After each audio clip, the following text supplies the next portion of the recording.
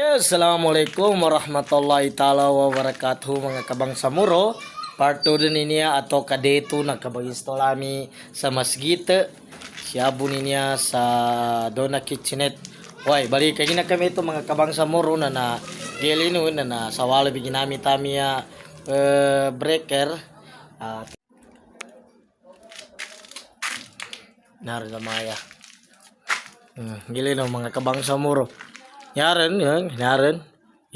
Nyabes na source niya papunta lo sa outlet. Hoy niya. Yaba. Yung taran Johnson box. Niya sa outlet din sa ani. Bali niya so mga lightin.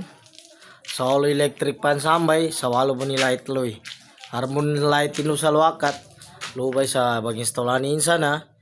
Nulubo ni sa solo to sa luwakat. Hoy, Fatima ni Balvin.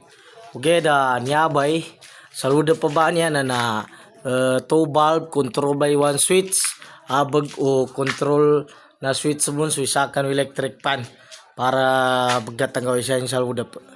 Kaya kami ito na nyabay mga gamit kami mga kabang sa murubasan ni real nya magamit kami kaninsan para di kami nagapasangan balik kinumplito namin sa maya.